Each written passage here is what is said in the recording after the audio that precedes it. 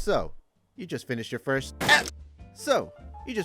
Metal Gear game, and you really enjoyed the story, and now you're just wondering which games to play next. One option that people have been recommending would be to go through the series by release order, either starting with Metal Gear for the MSX, if you're okay with playing a game from the 80s that has some old school jank, or starting with Metal Gear Solid 1 and reading the synopsis that it has of Metal Gear 1 and Metal Gear 2 in the game. The other option people might say would be playing the games chronologically, since Metal Gear Delta, despite being a remake of the third game, technically the fifth, also takes place chronologically the first, which the next game would be Metal Gear Solid Peace Walker. Don't play the games chronologically. Let me explain. Also, no spoilers, and I'll be very vague. Despite Peace Walker and 5 taking place after Metal Gear Solid 3, in reality, they aren't really a sequel to Metal Gear Solid 3, but really to Metal Gear Solid 4.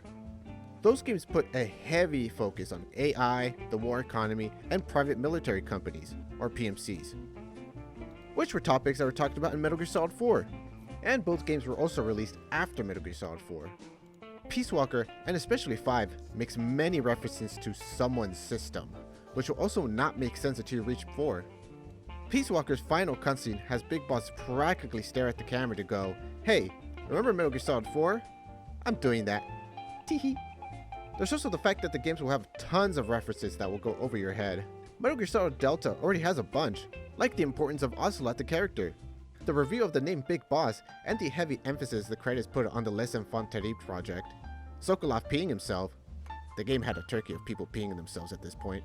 The character of Granin, answering a mystery brought up in Metal Gear Solid 2. Even the technology that gave birth to these weapons is Russian. More context of the 12 Wiseman Committee that was brought up in Metal Gear Solid 2 as well. And the most important reference, Rykov. It's supposed to be a joke on Raiden from Metal Gear Solid 2, because people hated Raiden when Metal Gear Solid 2 released. So that's the reason why the game is so cruel to him, and making fun of him. I've also seen people say playing release order is confusing, but it's just not. It's like saying the MCU movies are confusing, at least the first couple of phases. Another thing is the fact that Kojima never had some grand plan for the entire series. He just made it up as each game went through. The games are filled with retcons, which means you'll see the retcon first and then see conflicting information later. Like with Big Boss's backstory, making him much older as well. Another one of them is with Dr. Clark, aka Paramedic. In Metal Gear Solid 1, Dr. Clark is referred to as a man, but of course in Metal Gear Solid 3, we know that Dr. Clark is a woman. And in Metal Gear Solid 5, there was a whole conversation of, we don't know if they were a man or a woman. This Dr. Clark is a complete ghost, even to others in his field. His age, where he comes from, that might not be his real name.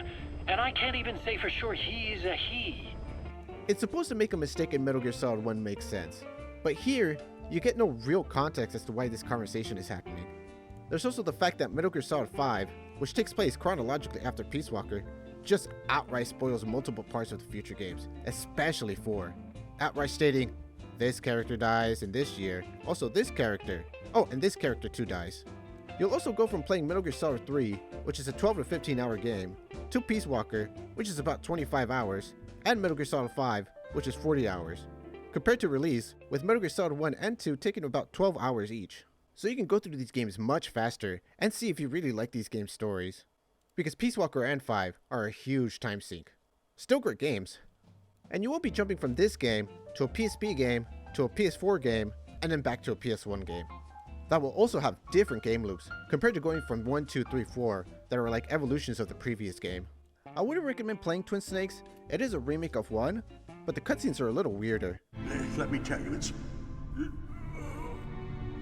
Oh, sorry, I forgot. Damn! Oh, that's right. Sorry, I forgot. Damn! Oh, that's right. But that's just my opinion on it. I could go on as to why it's a bad idea to do chronological order, like not knowing who Eli obviously is in 5. But I'm also not the lale lule lo. Do whatever you want to do. You can either get the Master Collection, or get a PS3, since Metal Gear Solid 4 is still stuck in that system. You can get the Saga Collection, which comes with every game besides 5, or HD Collection, which only comes with Metal Gear Solid 2, 3, and Peace Walker. That's it. Bye.